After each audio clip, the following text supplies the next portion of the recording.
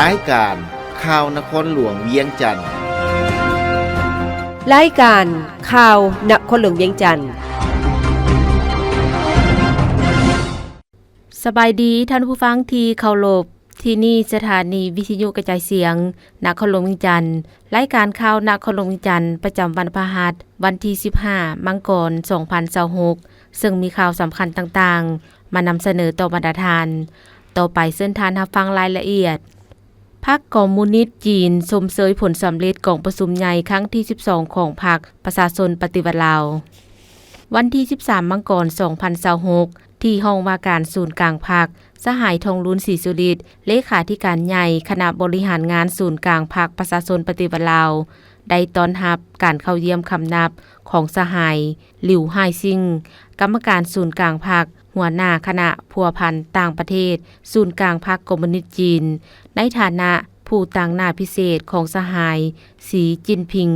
เลขาธิการใหญ่พรรคคอมมิวนิสต์จีนพร้อมคณะเพื่อมาชมเชยผลสำเร็จกองประชุมใหญ่ผู้แทนทั่วประเทศครั้งที่12ของพรรคประชาชนปฏิวัติลาวในโอกาสดังกล่าวนี้สหายหลิวไฮซิงได้มอบสารชมเชยฉบับต้นจากสหายสีจิ้นผิงเลขาธิการใหญ่คณะบริหารงานศูนย์กลางพรรคคอมมิวนิสต์จีนให้สหายทองลุ้นศรีสุริตได้แสดงความชมเชยต่อผลสำเร็จกองประชุมใหญ่ครั้งที่12ของพรรคประชาชนปฏิวัติลาวและสหายทองลุ้นศรีสุริตที่ได้รับเลือกตั้งเป็นเลขาธิการใหญ่คณะบริหารงานศูนย์กลางพรรคสมัยที่12ซึ่งเป็นการแสดงให้เห็นถึงความไว้เนื้อเชื่อใจจากศูนย์กลางพรรคและผู้แทนกองประชุมใหญ่และยืนยันว่าฝ่ายจีนจะสืบต่อประสานสมทบและร่วมมือกับภาคส่วนที่เกี่ยวข้องของลาวเอาใจใส่จะตั้งปฏิบัติการตกลงระหว่างการนำสูงสุดของพรรคสองรัฐลาวจีนจีนลาวในการเพิ่มพูนคูณสร้างสายพัวพันมิตรภาพของสองประเทศในโอกาสนี้สหายทองลุ้นศรีสุริตได้ตีราคาสูงและแสดงความขอบใจอย่างจริงใจโดยผ่านสหายหลิวไฮซิงไปยังคณะกรรมการศูนย์กลางพรรคคอมมิวนิสต์จีนก็คือสหายสีจิ้นผิงเลขาธิการใหญ่ที่ได้แต่งตั้งผู้ต่างหน้าพิเศษมาชมเชยผลกองประชุมใหญ่ครั้งที่12ของพรรคประชาชนปฏิวัติลาวในครั้งนี้แสดงให้เห็นถึงการให้ความสำคัญและความเอาใจใส่ของพรรคคอมมิวนิสต์จีนและประชาชนจีนที่มีต่อพรรคและประชาชนลาวบรรดาเผ่าก็คือสายพัวพันมิตรภาพอันเป็นมูลเชื่อการร่วมมือแบบคู่ร่วมยุทธศาสตร์รอบด้านมั่นคงยาวนานตามทิศ 4D ก็คือการสร้างคู่ร่วมชะตากรรมลาวจีนจีนลาวพร้อมเดียวกันนี้ก็แสดงความขอบใจต่อสหายหลิวไฮซิงและตีราคาสูงต่อสารชมเชยผลสำเร็จของกองประชุมใหญ่ครั้งที่12ของพรรคประชาชนปฏิวัติลาวของสหายสีจิ้นผิงเลขาธิการใหญ่พรรคคอมมิวนิสต์จีนได้แจ้งผลสำเร็จของกองประชุมใหญ่ครั้งที่12ของพรรคประชาชนปฏิวัติลาวโดยย่อให้คณะทราบและขอบใจพรรคคอมมิวนิสต์จีนที่ได้ให้การสนับสนุนและช่วยเหลือพรรคประชาชนปฏิวัติลาวมาโดยตลอดโดยเฉพาะในระยะการกะเกี่ยมกองประชุมใหญ่ของพรรคในครั้งนี้ยินดีสืบต่อร่วมกับสหายเลขาธิการใหญ่เพิ่มทวีการนำพาชี้นำทางด้านการเมืองและยุทธศาสตร์ต่อการพัวพันร่วมมือระหว่าง2พรรค2รัฐลาวจีนเพื่อเสริมขยายมิตรภาพอันเป็นมูลเชื่อลงลึกสุกยู่ร่วมมืออย่างรอบด้านสุกยู่ภารกิจแห่งการก่อสร้างสังคมนิยมและพร้อมกันสุกยู่การสร้างคู่ร่วมชะตากรรมลาวจีนเพื่อประกอบส่วนอย่างตั้งหน้าเข้าในภารกิจการรักษาสันติภาพเสถียรภาพและการร่วมมือเพื่อพัฒนาของภาคพื้นและในทั่วโลกสหายทองลุ้นศรีสุริตยังได้ตีราคาสูงต่อ2คณะพัวพันต่างประเทศศูนย์กลางพรรคลาวจีนที่ได้ตั้งหน้าให้2พรรคลงนามแผนการร่วมมือระหว่างพรรคประชาชนปฏิวัติลาวและพรรคคอมมิวนิสต์จีนในระยะปี 2026-2030 ในโอกาสมาเยี่ยมยามสาธารณรัฐประชาธิปไตยประชาชนลาวในครั้งนี้และได้สมเสยคณะพัวพันต่างประเทศศูนย์กลางพรรคคอมมิวนิสต์จีนที่ได้ประกอบส่วนอย่างตั้งหน้าในการจัดตั้งปฏิบัติคำเห็นสำคัญที่เห็นดีเป็นเอกภาพกันระหว่างการนำสูงสุด2ภาค2รัฐลาวจีนจีนลาวในการเพิ่มพูนคุณสร้างสายพัวพันมิตรภาพอันเป็นมูลเสื้อและการสร้างคู่ร่วมชะตากรรมลาวจีนให้มีมาตรฐานสูงคุณภาพสูงและระดับสูงกว่าเก่ารัฐบาลวาง26แผนเวียกจุดซุ่มเล็งจัดตั้งปฏิบัติในปี 2026 วันที่ 13 มังกร 2026 ที่หอประชุมแห่งชาติท่านสอนไซสิทธิภไซรัฐมนตรีประจำสำนักงานนายกรัฐมนตรีโฆษกรัฐบาลได้แถลงข่าวต่อสื่อมวลชนเกี่ยวกับผลของกองประชุมรัฐบาลเปิดกว้างครั้งที่2ประจำปี 2025ให้ฮู้ว่ากองประชุมดังกล่าวได้ไขขึ้นในตอนเช้าวันที่12และปิดลงในวันที่13มังกร 2026ที่หอประชุมแห่งชาติภายใต้การเป็นประธานของท่านสอนไซศรีพันดรนายกรัฐมนตรีมีบรรดาท่านรองนายกรัฐมนตรีสมาชิกรัฐบาลท่านประธานคณะกรรมการปกครองนครหลวงเวียงจันทน์และบรรดาท่านประธานรองประธานคณะกรรมการปกครองบรรดาแขวงผู้ตั้งหน้าองค์การจัดตั้งภาครัฐเทียบเท่ากระทรวงศูนย์กลางแนวลาวสร้างชาติสภาแห่งชาติองค์การตุลาการสหพันธ์นักรบเก่าลาวบรรดาองค์การจัดตั้งมหาชนขั้นศูนย์กลางองค์การกวดกาแห่งรัฐและองค์การกวดสอบแห่งรัฐเข้าร่วมกองประชุมครั้งนี้พร้อมกันค้นคว้าปรึกษาหารือประกอบคำเห็นและพิจารณารับรองเอาบรรดาหัวข้อสำคัญคือวาระที่1สรุปตีราคาการจัดตั้งปฏิบัติเวียกงานตลอดระยะ1สมัยผ่านมาและเวียกยุดสุ่มพ้นเด่นปี 2025เห็นว่าตลอดระยะ5ปีผ่านมาถึงสภาพการภาคพื้นและสากลมีการผันแปรอย่างสลับซับซ้อนโดยเฉพาะปัญหาข้อขัดแย้งต่างๆการแพร่ระบาดของพยาธิภัยธรรมชาติบรรดาข้อยุ่งยากและสิ่งท้าทายต่างๆได้ส่งผลกระทบต่อการขยายตัวของเศรษฐกิจโลกเว้ารวมเว้าเฉพาะต่อการพัฒนาเศรษฐกิจสังคมของประเทศเฮาทั้งทางกงและทางอ้อมแต่ด้วยความพยายามและเอาใจใส่นำภาษีนำของกรมการเมืองศูนย์กลางภาคและด้วยความรับผิดชอบสูงต่อหน้าที่การเมืองของรัฐบาลและองค์การปกครองท้องถิ่นสามารถเฮ็ดให้ทั่วประเทศสืบต่อมีเสถียรภาพทางด้านการเมืองอย่างหนักแน่นสังคมมีความสงบและเป็นระเบียบเรียบร้อยโดยพื้นฐานเศรษฐกิจขยายตัวเฉลี่ย 4.24 ส่วนห้อยปี 2025ขยายตัว 4.8 ส่วนห้อยเก็บรายรับเข้างบประมาณได้252,000ตื้อกีบเท่ากับ140ส่วนห้อยของแผนการ5ปีปี 2025ปฏิบัติได้ 75.4 พันตื้อกีบเท่ากับ109ส่วนห้อยของแผนการปีแผนรายจ่ายปฏิบัติได้244พันตื้อกีบเท่ากับ128ส่วนห้อยของแผนการ5ปีปี 2025ปฏิบัติได้ 59.6 พันตื้อกีบเท่ากับ73ส่วนห้อยของแผนการปีการแก้ไขหนี้สินภายในและต่างประเทศสำเร็จตามสัญญาทั้งจำกัดได้การกู้ยืมใหม่ที่บ่มีประสิทธิผลเฮ็ดให้ความกดดันด้านหนี้สินสาธารณะลดลงเทื่อละก้าวภาพลักษณ์ความน่าเชื่อถือด้านการเงินของประเทศเฮาดีขึ้นเป็นก้าวๆการควบคุมราคาสินค้าอัตราเงินเฟ้อ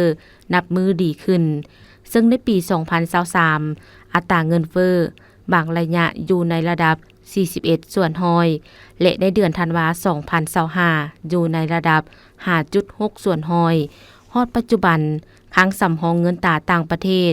กุมการเข้า 6.45 เดือนและราคาสินค้าก็บ่เน่งติงลายการผลิตข้าวเปลือกสามารถปฏิบัติได้ตามแผนการที่กำหนดไว้ซึ่ง5ปีได้ 18.9 ล้านตนเฉลี่ย 3.78 ล้านตนต่อปี การส่งออกผลผลิตกสิกรรม5ปีได้ 8,000 ล้านกว่าดอลลาร์ลื่นแผนการ35ส่วนห้อยปี2025ส่งออกได้ 1,737,000 ล้านดอลลาร์ลื่นแผนการ15ส่วนห้อยสามารถระดมทุนทั่วสังคมได้387,000 ตื้อกีบเท่ากับ189ส่วนห้อยของแผนการ5ปีปี2025ระดมทุนได้ 6.25 พันตื้อกีบเท่ากับห้อยส่วนห้อยของแผนการปีการลงทุนจากเอกชนภายในและจากต่างประเทศปฏิบัติได้266พันตื้อกีบเท่ากับ266ส่วนห้อยของแผนการ5ปีการผลิตแร่ธาตุรวมปฏิบัติได้169พันตื้อกีบเท่ากับ202ส่วนห้อยของแผนการ5ปีจำหน่ายแร่ธาตุทางภายในและต่างประเทศได้ 13,000 ล้านดอลลาร์เท่ากับ160ส่วนห้อยของแผนการ5ปีปี2025การผลิตแร่ธาตุได้ 44,000 ตื้อกีบเท่ากับ129ส่วนห้อยของแผนการผลิตพลังงานไฟฟ้าได้ 251,000 ล้านกิโลวัตต์โมงเท่ากับ 90.93 ส่วนห้อยของแผนการ5ปีคิดเป็นมูลค่า 263,000 ตื้อกีบเท่ากับ186ส่วนห้อยของแผนการ5ปีส่งออกกระแสไฟฟ้าไปต่างประเทศได้195,000 ล้านกิโลวัตต์โมงเท่ากับ152ส่วนห้อยของแผนการ5ปีปี2025ผลิตได้ 56,000 ล้านกิโลวัตต์โมงมูลค่า 73,000 ตื้อกีบได้สุ่มใส่ปฏิรูปรัฐวิสาหกิจ32หัวหน่วยในนี้สำเร็จ10หัวหน่วยและสืบต่อปฏิรูป22หัวหน่วยได้สุ่มใส่ก่อสร้างยกระดับพื้นภูและบูรณะซ่อมแปลงโครงล่างพื้นฐานคมนาคมขนส่ง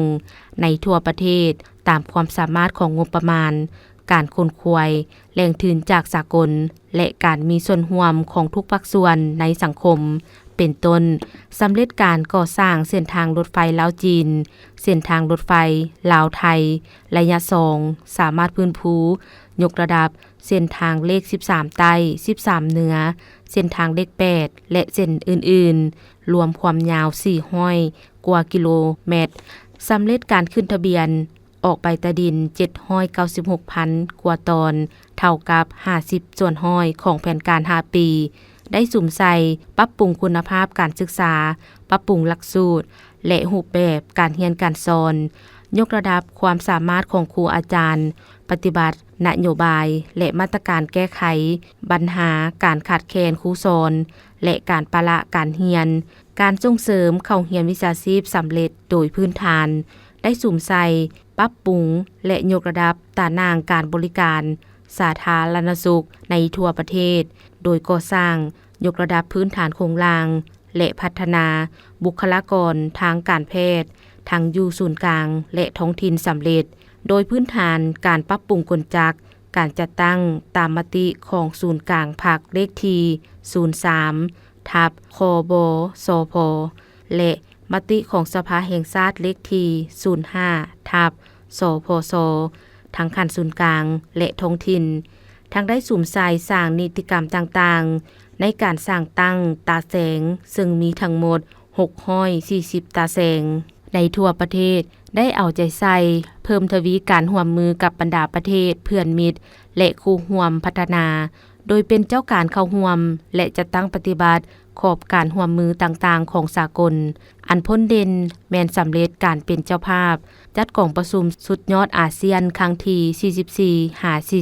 44-45และบรรดากองประชุมสุดยอดที่เกี่ยวข้องได้รับผลสำเร็จอันจบงามเฮ็ดให้บทบาทและอิทธิพลของสาธารณรัฐประชาธิปไตยประชาชนลาวในเวทีภาคพื้นและสากลได้รับการยกสูงขึ้นกว่าเก่าสามารถนำเอาผลประโยชน์และมรรคผลสำเร็จตัวจริงมาให้ประเทศหลายขึ้นสำหรับแผนเวียกจุดสูงปี2026ของรัฐบาลกองประชุม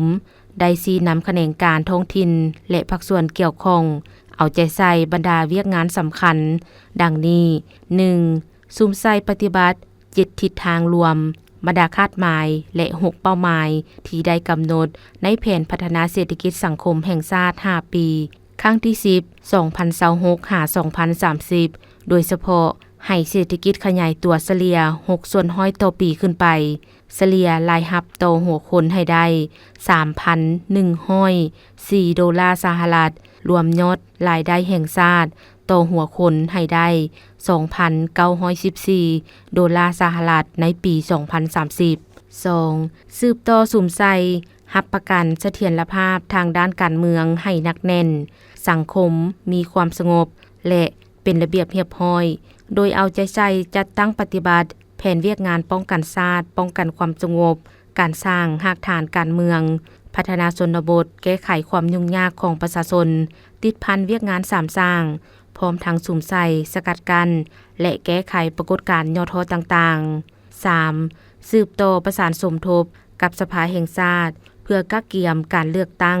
สมาชิกสภาแห่งชาติชุดที่10และสมาชิกสภาประชาชนนครหลวงวิจันทร์และแขวงชุดที่5กักเกี่ยมสร้างแผนดำเนินงานสร้างระเบียบการและกลไกการเฮ็ดเวียกของรัฐบาลชุดที่10กักเกี่ยมรายงานต่อกองประชุมครั้งปฐมฤกษ์ของสภาแห่งชาติชุดที่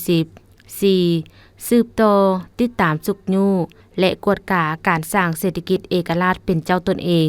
ในระยะใหม่ให้แข็งแรงและเป็นรูปธรรมหลายขึ้น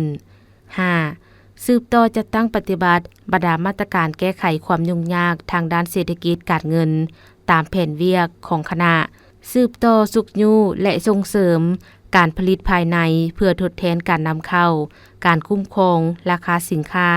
สู่สนเก็บรายรับงบประมาณแห่งรัฐปี 2026 ให้ได้บ่ลด20%ของ GDP ตามทิศต้านการหัวไหลของงบประมาณเร่งแก้ไขหนี้สินสาธารณะให้ลดลงปฏิบัติรายจ่ายงบประมาณบนจิตใจประหยัดสืบต่อคุ้มครองอัตราเงินเฟ้อและอัตราแลกเปลี่ยนให้มีเสถียรภาพปฏิบัตินโยบายต่างๆยกสูงค่าของเงินกีบสร้างกลไกนำใช้สกุลเงินท้องถิ่นเข้าในการชำระสินค้าและบริการอยู่สาธารณรัฐประชาธิปไตยประชาชนลาวกับบรรดาประเทศอ้อมข้างและประเทศคู่ค้าแบบ2ฝ่าย 6. สืบต่อสุ่มใส่บรรดาโครงการพลังงานไฟฟ้าสะอาดและพลังงานไฟฟ้าทางเลือกยุ่งแห่งการพัฒนาและการลงทุนก่อสร้างสายส่งไฟฟ้าแห่งสูงเสื่อมต่อภายในและประเทศอ้อมข้างสืบต่อเข้มงวดในการคุ้มครองบรรดาโครงการขุดค้นและปรุงแต่งแร่ธาตุทั้งส่งเสริมการปรุงแต่งแร่ธาตุเป็นผลิตภัณฑ์สำเร็จรูปก่อนส่งออกเอาใจใส่ติดตามและคุ้มครองด้านสิ่งแวดล้อมให้ดีปฏิบัติมาตรการเข้มงวดต่อโครงการแร่ธาตุที่ถูกจัดในประเภทออนและออนไลน์ 7. สุ่มใส่พัฒนาพื้นฐานโครงล่างเส้นทางคมนาคมทางบกทางล่างทางน้ำและทางอากาศตามแนวทางเศรษฐกิจต่างๆให้แข็งแรงทนทาน 8. สืบต่อสุ่มใส่ปรับปรุงคุณภาพการเรียนการสอนในทุกชั้นทุกสายสืบต่อปฏิบัตินโยบายแก้ไขการขาดแคลนครูและการปราการเรียนกักเกี่ยมความพร้อมรอบด้านให้แก่การนำใช้ระบบหลักสูตรสามัญศึกษาในสุขเรียนปี 2028 หา 2029 9. สุ่มใส่พัฒนาแรงงานให้มีสีมือและเข้าสู่ตลาดแรงงานทางภายในและต่างประเทศพัฒนาระบบข้อมูลข่าวสารตลาดแรงงานที่ทันสมัยสืบต่อเอาใจใส่ปฏิบัตินโยบายต่อผู้ที่มีผลงานและคุณงามความดีต่อภารกิจปฏิบัติศาสตร์ประชาธิปไตย 10. สืบต่อสุ่มใส่ปรับปรุงโครงล่างด้านสาธารณสุขทั้งส่วนกลางและท้องถิ่นขยายกองทุนประกันสังคมและประกันสุขภาพให้หลายขึ้นสกัดกั้นและเฝ้าระวังการแพร่ระบาดของพยาธิต่างๆตามฤดูกาล 11. สืบต่อส่งเสริมและอนุรักษ์วัฒนธรรมและฮิตของประเพณีของชาติสืบต่อสุขยุส่งเสริมการท่องเที่ยวทั้งปรับปรุงพื้นฐานโครงล่างการท่องเที่ยวให้มีความสะดวกและปลอดภัย 12. สืบต่อสุ่มใส่พัฒนาชนบทและแก้ไขความทุกข์ยากอยู่บรรดาเขตจุดสุมจัดสรรภูมิลำเนาและอาชีพมั่นคงที่เฮ็ดให้ประชาชนที่อยู่ห่างไกลเขตซอกลีกและเขตพื้นฐาน การปฏิบัติในมือก่อน 13. สืบต่อปรับปรุงกลจักการจัดตั้งของท้องถิ่นไปเคียงคู่กับการแบ่งขั้นคุ้มครองการสร้างระเบียบกลไกการเฮ็ดเวียกขององค์การปกครองท้องถิ่นสืบต่อจัดตั้งปฏิบัตินิติกรรมต่างๆในการสร้างตั้งตาแสงให้สำเร็จ 14. เล็งปรับปรุงกลไกและวิธีการจัดตั้งปฏิบัติคำตัดสินของศาลที่ใช้ได้อย่างเด็ดขาดให้สำเร็จและปิดสำนวนคดีให้ได้หลายขึ้นสืบต่อสร้างและปรับปรุงกฎหมายตามแผนที่สภาแห่งชาติรับรองให้มีความหัดกุมและมีประสิทธิผลสูงขึ้น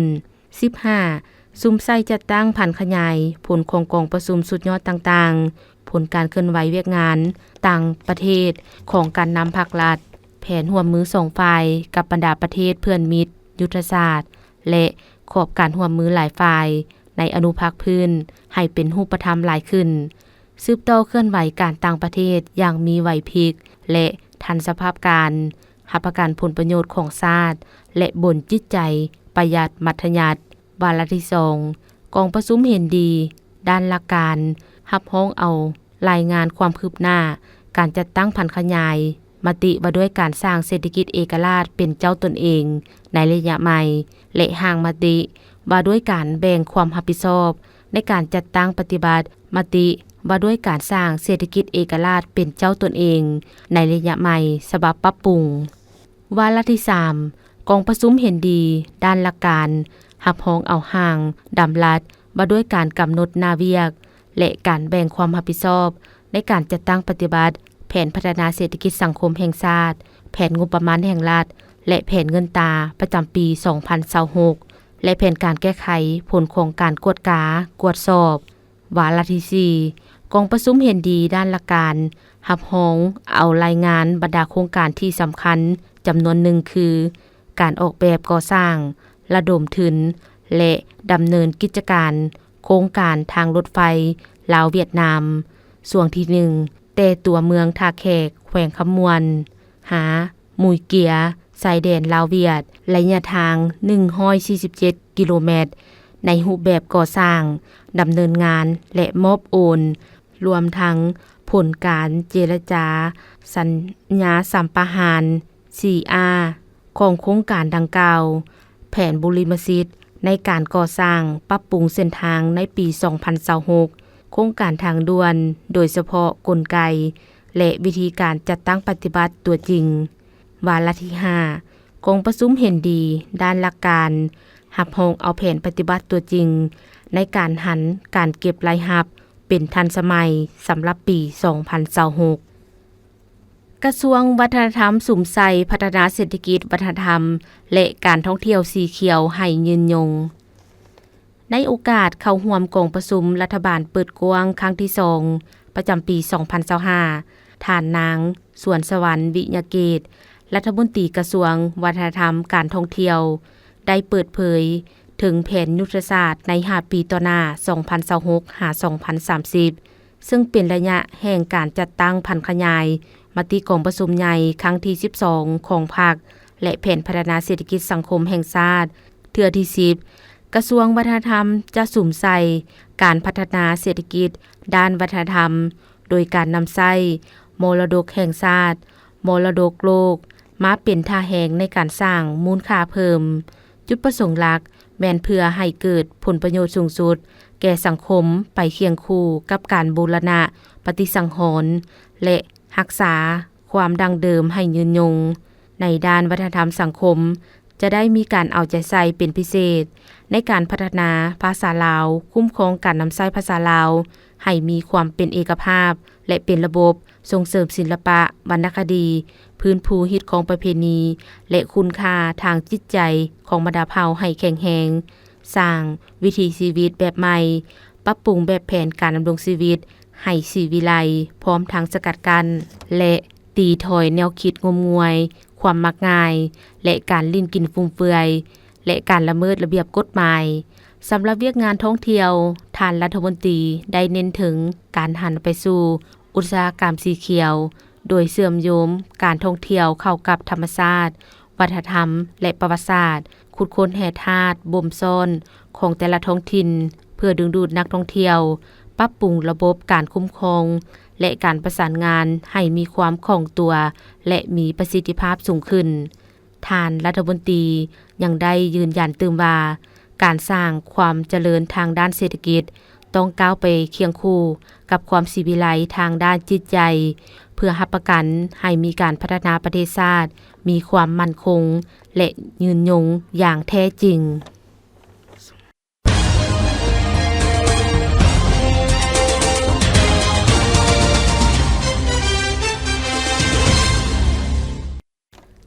ต่อไปเส้นทางนับฟังข่าวต่างประเทศ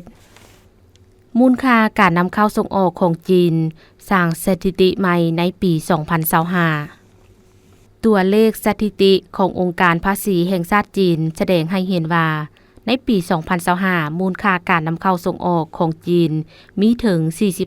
45,470 ตื้อหยวนเพิ่มขึ้น 3.8 ส่วนห้อยการค้าส่งออกมีถึง 26,990 ตื้อหยวนเพิ่มขึ้น 6.1 ส่วนห้อยการค้านำเข้ามีถึง 18,480 ตื้อหยวนเพิ่มขึ้น 0.5 ส่วนห้อยโดยมีจุดพิเศษ 5 ข้อขนาดการค้าสถิติใหม่มูลค่าการนำเข้าส่งออกของจีนหมดปี 2025 ได้บรรลุระดับสูงใหม่ในประวัติศาสตร์จีนจะสืบต่อรักษาฐานะประเทศการค้าสินค้าใหญ่อันดับหนึ่งของโลกและตลาดมีความหลากหลายกว่าเก่าและดำเนินการค้ากับ240กว่าประเทศและเขตแคว้นในโลกการค้านำเข้าส่งออกกับ190กว่าประเทศและเขตแคว้นมีการเติบโตขึ้นการค้าส่งออกมีท่าเอียงไปสู่การผลิตสร้างและมีคุณภาพสูงข่าวพยากรณ์อากาศพยากรณ์อากาศประจำวันที่15มังกร2026มวลอากาศหนาวเย็นจะสืบต่ออ่อนกำลังลงยังปกคลุมทั่วทุกภาคของประเทศลาวด้วยกำลังอ่อนหาปานกลางสมทบกับกระแสลมตะวันออกเฉียงเหนือพัดปกคลุมซึ่งจะเฮ็ดให้อากาศยังจะเย็นหาหนาวเย็นในตอนกลางคืนหาตอนเช้าอยู่แต่ละภาคเพราะมีหมอกบางปกหุ่มอยู่ทั่วไปและจะมีฝนตกในระดับคอยอยู่บางท้องถิ่นแขวงภาคเหนือพร้อมมีลมพัดแรงเป็นบางโอกาสพยากรณ์อากาศแต่เวลา 7 โมงของวันที่15หาเวลา 7 โมงของวันที่16มังกร2026ภาคเหนือด้านตะวันออกแขวงพงสาลีหัวพันเสียงขวางอากาศหนาวเย็นเพราะมีหมอกหนาปกหุ่มในตอนเช้าและจะมีฝนตกในระดับคอยอยู่บางท้องถิ่นเนื้อที่การปกหุ่มของฝนเท่ากับ10ส่วน100ของภาคอุณหภูมิในระหว่าง9หา25องศาภาคเหนือด้านตะวันตกแขวงหลวงน้ำทาบ่อแก้วอุดมไซหลวงพระบางไซยบุรีอากาศยังหนาวเย็นเพราะมีหมอกหนาปกหุ่ม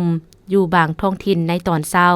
และจะมีฝนตกในระดับคอยอยู่บางท้องถิ่นเพราะมีลมพัดแรงเป็นบางโอกาสเนื้อที่การปกหุ่มของฝนเท่ากับ10ส่วน100ของภาคอุณหภูมิในระหว่าง12หา30องศา